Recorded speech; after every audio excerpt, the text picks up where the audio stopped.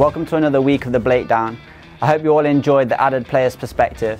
Here's episode 10. On the left, we've never seen Camden fail on the left, but just having Johnson!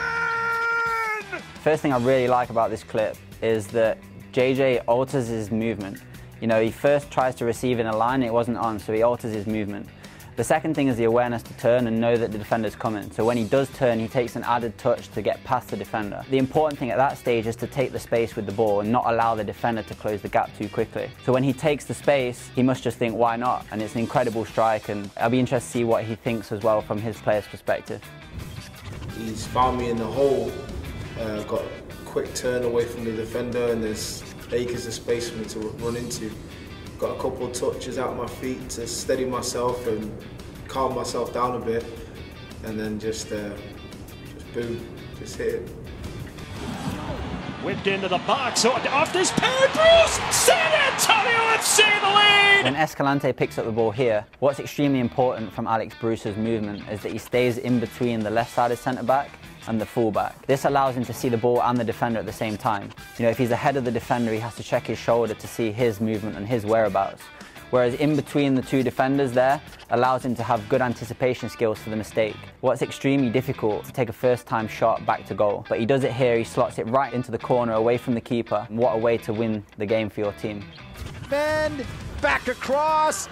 Looks like we may be tied, and we are. You felt it coming. This goal for Bethlehem is purely created by the persistence of Moore. When he gets to the byline, all the defenders and most of the attackers have come to the front post because they think he's going to drill it across. So it's one of the most effective crosses in the game, is the dink to the back post when you reach the byline.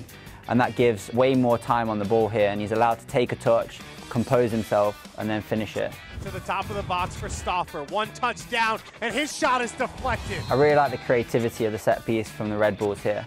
You know, the defenders are thinking he's going to put it in the box, and when he plays that inch-perfect pass to Stauffer, what's very important is that because the defender's closing him down at such a quick pace, the time between the touch and the shot has to be quick, and he does that there. He takes a very good first touch, sets himself up, and then earns his team a penalty at a crucial time in the game.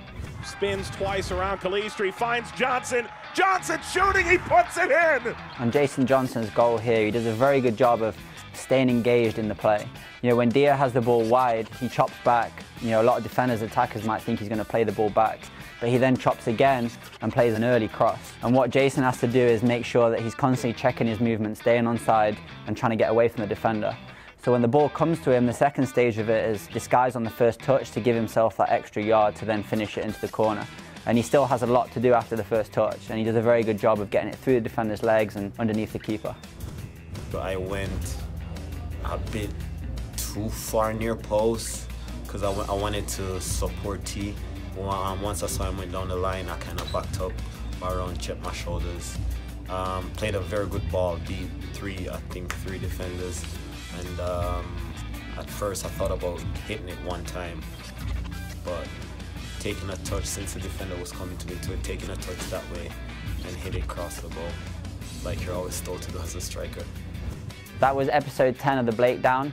I hope you've all enjoyed the player's perspective from each of the players, and it gave you a good insight into the mindset of the players. I'll see you next week.